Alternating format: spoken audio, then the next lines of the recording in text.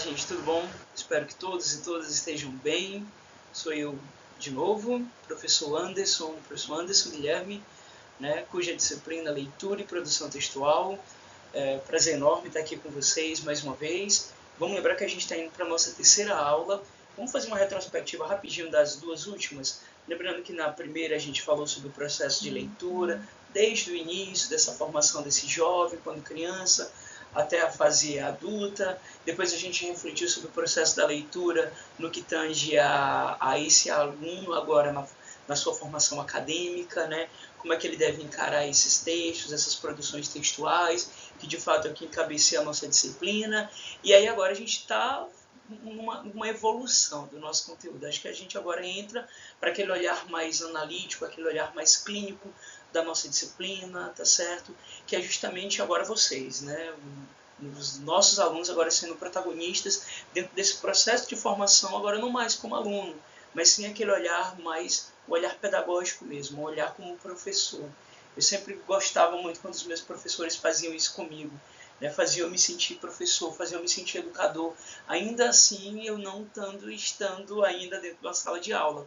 E aí a gente traz esse material, que é um material riquíssimo, tá bom? A gente vai ver, inclusive, esse mesmo material, ou pelo menos o mesmo autor, que é o Libânio, um autor incrível. Vocês, obviamente, dentro do curso vão ouvir muito falar desse autor. E aí a gente traz uma reflexão, algumas reflexões sobre ele. E eu trago também como texto norteador, que inclusive é um artigo. Eu estou utilizando esse material, que esse material inclusive vai estar disponível para vocês. No finalzinho do nosso slide a gente vai ter a possibilidade de ver os 3 artigos que eu estou trabalhando com vocês, que está norteando não somente esse slide, mas também a nossa aula, para claro que quando a gente for fazer as nossas atividades, sejam elas avaliativas, reflexivas, esse material ele sirva também como suporte e como ajuda para vocês. Então bora lá, o processo didático educativo, uma análise reflexiva sobre o processo de ensino e aprendizagem.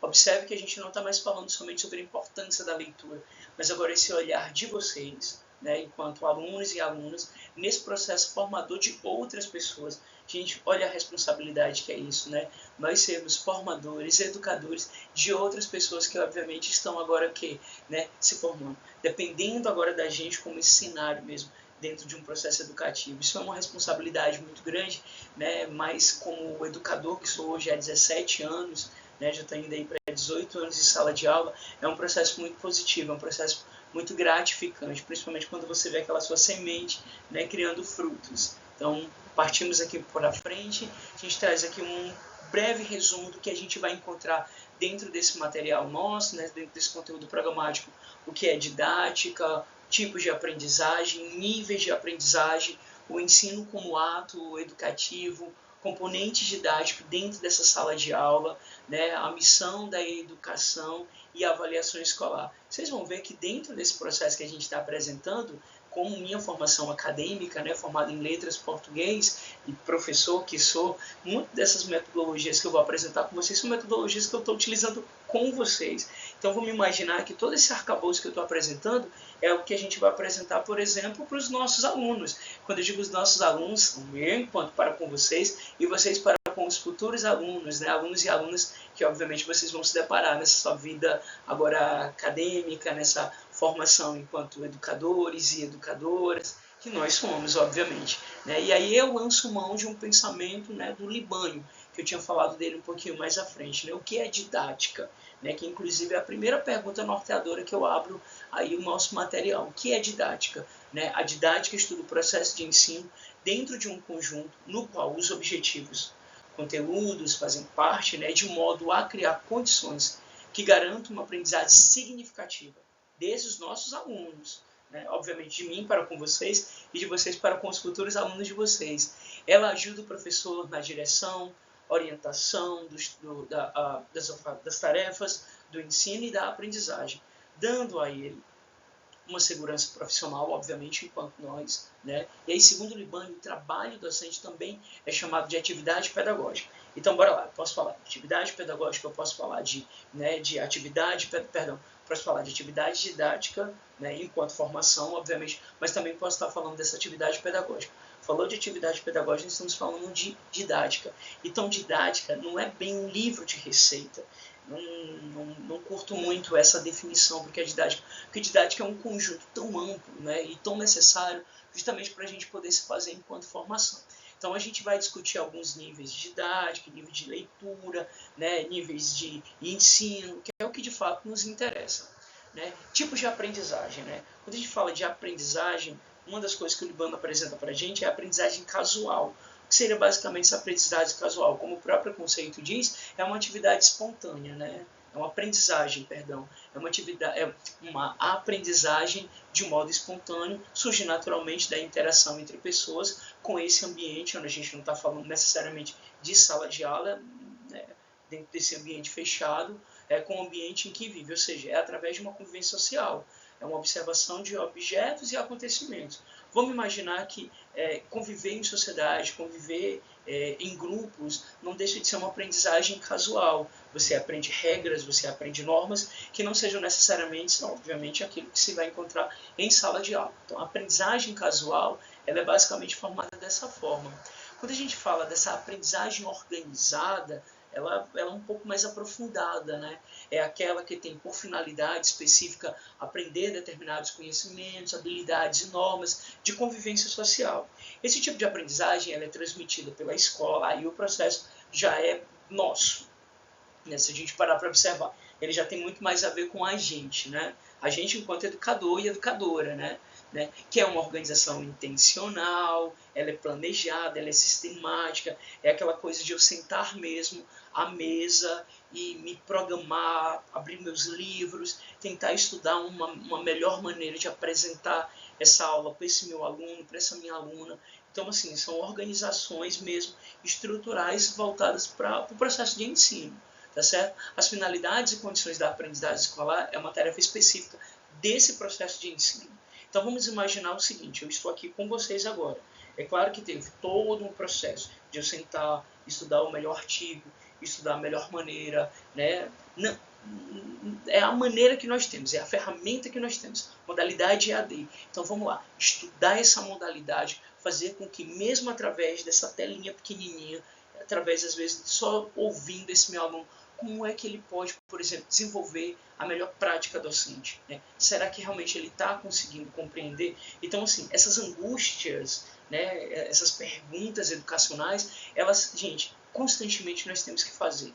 Enquanto educadores e educadoras. Observem que eu não estou me dirigindo a vocês somente como alunos e alunas do Instituto Federal, mas eu já gosto de direcionar o meu aluno e a minha aluna principalmente para esse processo, né? É olhar para você e ver você agora como esse educador e você ver também como essa educadora. Né? Dentro de um processo de assimilação de atividade, né? De atividade não, de assimilação ativa. E aí envolve alguns critérios, né? Envolve atitude, motivação, intelecto, desenvolve um raciocínio lógico, né? O papel central do professor como também orientador, como formador. Eu sempre penso o seguinte, nós enquanto educadores, sempre quando vem algumas palestras, por exemplo, no ambiente escolar no qual eu trabalho, eu sempre tenho uma preocupação de orientar quem está ali, né? Eu como palestrante ou eu como ouvinte, não apenas dizer que a função é do professor, a função é do professor, a gente sabe disso, né? Porque como motivar alunos com educadores desmotivados? Então, isso às vezes eu vejo que algumas pessoas acabam jogando muita responsabilidade para cima da gente. E a gente sabe dos desafios em sala de aula, né? A gente sabe que nós encontramos alunos desmotivados, alunos que infelizmente vêm de um quadro familiar muito difícil, né? Então, assim, é todo um conjunto. Não existe essa possibilidade de apenas estar norteada pelo professor, né? É aquela máxima. Como motivar, como diz aí o slide, né? Como motivar um aluno se eu, enquanto educador, também estou desmotivado? Então, assim, são fatores que realmente merecem uma reflexão muito profunda. Pode ser que na próxima aula, pode ser não. Na próxima aula a gente dá uma discutida basicamente sobre isso, esse olhar também do educador, porque, como eu disse, eu estou aqui enquanto educador formando educadores. Olha a responsabilidade. Já não é mais na formação em direcionar esse meu aluno, essa minha aluna para uma profissão, né? Vocês que estão aí me ouvindo já sabem, né, esse caminho a seguir. Então, como formar isso? Né? Então, nossa reflexão ela paira basicamente sobre essa angústia, às vezes, também que nos toma enquanto educador e educadora. Esse nível de aprendizagem. A gente sabe que todos nós temos um nível de aprendizagem, né? Claro, isso é muito relativo, porque vai de pessoa a pessoa. A gente sabe que é todo um conjunto, e eu garanto a vocês, nós enquanto educadores, planejamos uma aula numa determinada sala, numa outra sala a coisa acontece totalmente diferente. Porque a gente tem que entender que esse aluno que está me ouvindo, ele é um único, ele não é uma folha em branco a ser preenchida, né? Ele já traz um conhecimento. E aqui eu trago alguns reflexos, né? Níveis de aprendizagem, reflexo. E eu coloco o seguinte, né? Refere-se às nossas sensações pelas quais desenvolvemos processo de observação e percepção das coisas e nossas ações físicas dentro desse ambiente. Então, bora lá. É um ambiente favorável ao processo de educação? Como é que isso pode impactar, por exemplo, no meu processo educacional? Né? Como é que eu, enquanto professor, vou entrar dentro de uma sala de aula que não está preparada para me receber e muito menos para receber esse aluno? E eu falo de estrutura, né? O meio físico me influenciando enquanto educador. Já no elemento cognitivo, que a gente pode discutir, são os seguintes parâmetros, né? E aí eu coloco, né? Os indivíduos, eles aprendem tanto pelo contato com as pessoas no meio ambiente, esse ambiente, obviamente, que o cerca, como eu disse, falo, não é uma folha em branco, ele vem com esse conhecimento, como pelas palavras, né? Como pelas palavras que designam das ações e dos fenômenos desse ambiente. Portanto, as palavras, elas são importantíssimas. Se lembra na nossa primeira aula, quando eu falava desse processo desse jovem, dessa criança que para ouvir, por exemplo, os pais lendo, né? Como esse processo de conhecimento de palavras e novas palavras, eles são importantes. Às vezes eu vejo alguma angústia de um pai e de uma mãe chegando assim, poxa, professor, meu filho está com dificuldade no processo da fala, não está falando direito. Digo, mas essa criança começou a ir para a escola? Não, ainda não. Mas a gente está achando que está demorando muito. Eu digo, não se preocupa, né? Se não for uma questão neurológica, obviamente, que demanda um conhecimento muito mais aprofundado, a convivência dessa criança com outras crianças é incrível, como todos os pais falam a mesma coisa para mim. Professor, como desenvolveu rápido? Eu digo, mas está indo para a escola? Está indo para a escola. Então, assim, ele conviver com outras pessoas dentro de outros ambientes, o processo evolutivo dentro dessa linguagem, né, ela é muito rápida, né? Portanto, as palavras, elas são importantes condições de aprendizagem, pois através delas são formados conceitos pelas quais nós podemos pensar. Não somente as palavras, mas as próprias ações que cerca esse indivíduo. Tá certo? E ensino como um ato educativo. Olha como o título é bacana, né? O ensino como um ato educativo, né? E ensino, gente, é igual o meio de progresso intelectual. Esse ensino, ele vai interferir de modo positivo nesse progresso intelectual que esse jovem precisa. E a escola, querendo ou não, é esse mecanismo. A família contribui, claro, óbvio, né? Sem sombra de dúvida. Porque, como eu disse, o aluno, né, o indivíduo, ele não é uma folha em branco a ser preenchida, ele já vem com uma história de casa. E aí, como é que é o impacto dessa história de casa para ele, dentro agora do ambiente escolar, né? Desenvolve pensamento crítico, principalmente dentro desse processo de indivíduo.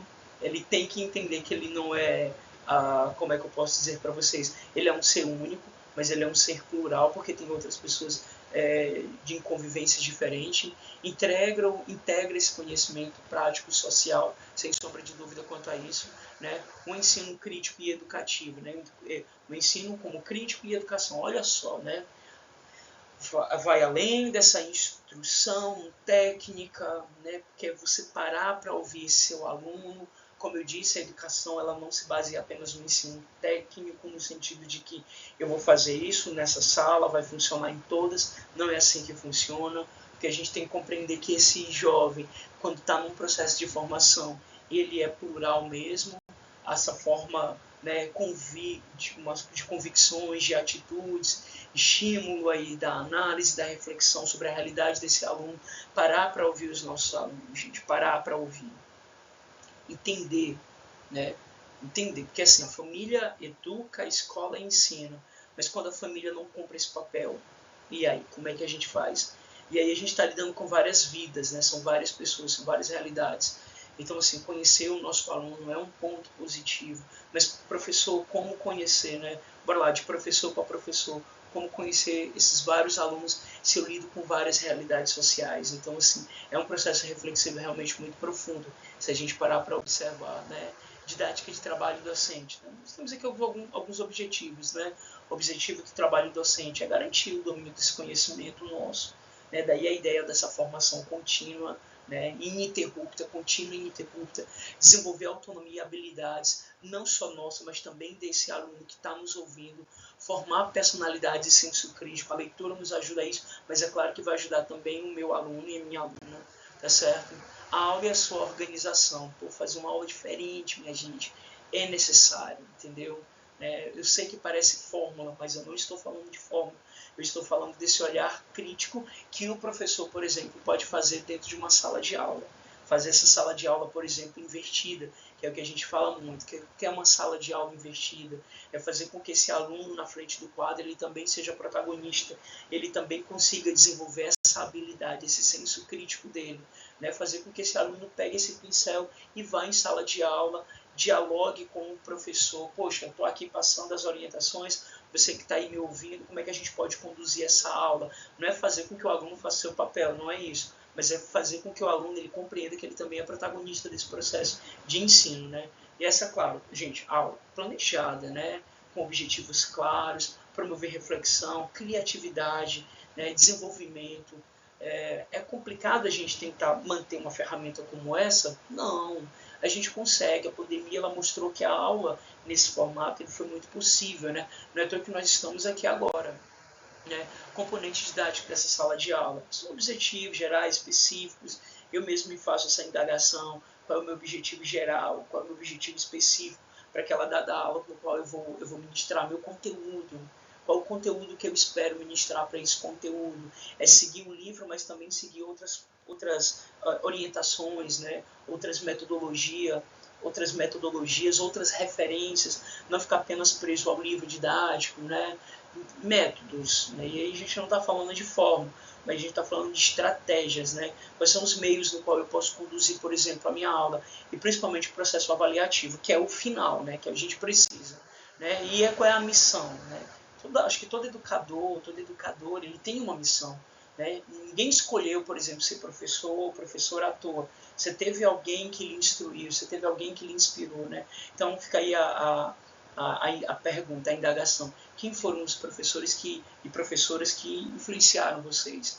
Né? Vocês estão aqui dentro de um processo formativo, né, a serem educadores e educadoras. Quem foi essa pessoa que de fato os orientou, os seguiu, né, o indicou? Eu tive os meus, né? Acredito que todos nós tenhamos também. Enfim, mas vamos lá, né? Então, bora lá. Formação do cidadão, que essa é a nossa missão enquanto educador e educadora. Transformação social, nossa, mas é tão difícil, professor, mas é a missão, gente, né? É disciplinar, o professor tem que ser disciplinado. Né? E mais uma vez eu bato nessa tecla, como ser disciplinado frente a tanta gente desmotivada dentro de um processo educacional. Então eu tiro o chapéu para vocês, eu admiro a escolha, é uma escolha necessária, né? Mas precisamos realmente dessa missão. Educar não é fácil, ensinar não é fácil. Eu costumo dizer que ensinar não é fácil, educar é mais difícil ainda, né? Mas não é uma missão impossível. E relacionar essas habilidades cognitivas que esse meu aluno e essa minha aluna obviamente tem. Né? Esses métodos de ensino, mais uma vez, não são fórmulas, mas são estratégias. Não são fórmulas, são estratégias. Exposição, trabalho independente em grupo. Por que não fazer isso? Eu vou fazer com vocês dentro da minha disciplina. Né? Claro, deve se alinhar os objetivos, os conteúdos, os métodos, adaptados, é claro, à realidade, a características desse meu aluno. Até porque uma vez eu ouvi isso de um educador e eu gostei muito. A aula não é para mim. A aula não é para mim. A aula é para quem está aí, né, me ouvindo. A aula é para quem está sentado. Então, se a aula não for clara, direta e objetiva, esse aluno provavelmente ele não consegue compreender a dimensão do que esse professor, por exemplo, está falando. Né? As pessoas, quando a gente fala muito assim, é falar a linguagem do meu aluno, mas é baixar o meu nível enquanto português? Não, ninguém está falando disso. Mas é entender até que ponto esse meu aluno está compreendendo esse meu assunto. Né?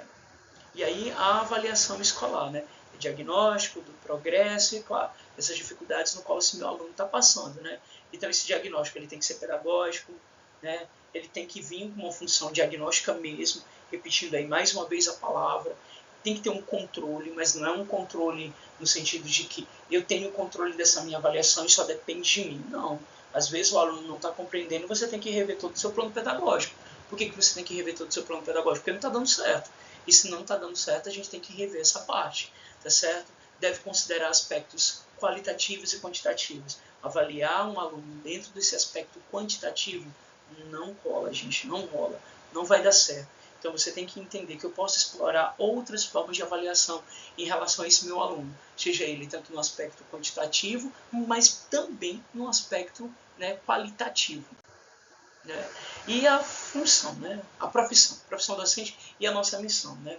O papel fundamental no processo da educação do cidadão, dando aí uma reforçada, né? É uma educação como um fenômeno social, é um papel fundamental nessa construção desse cidadão, para a gente dar uma fechada aí no nosso conteúdo, né?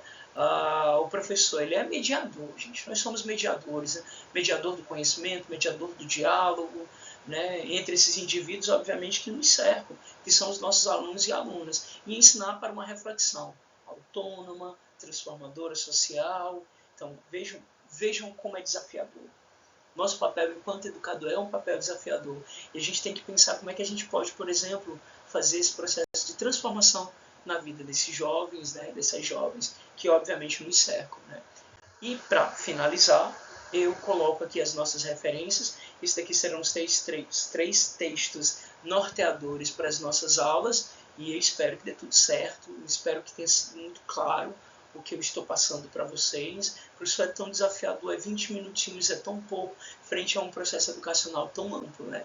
Gente, mas vai dar tudo certo, né? Então, mais uma vez, obrigado. Espero que todos e todas tenham compreendido. Caso não tenham compreendido alguma fala minha, tenha ficado ainda alguma incógnita, a gente tem um canal de comunicação. Tirem essas dúvidas e a gente está aqui para isso, tá bom? Então, até mais e sucesso aí para nós.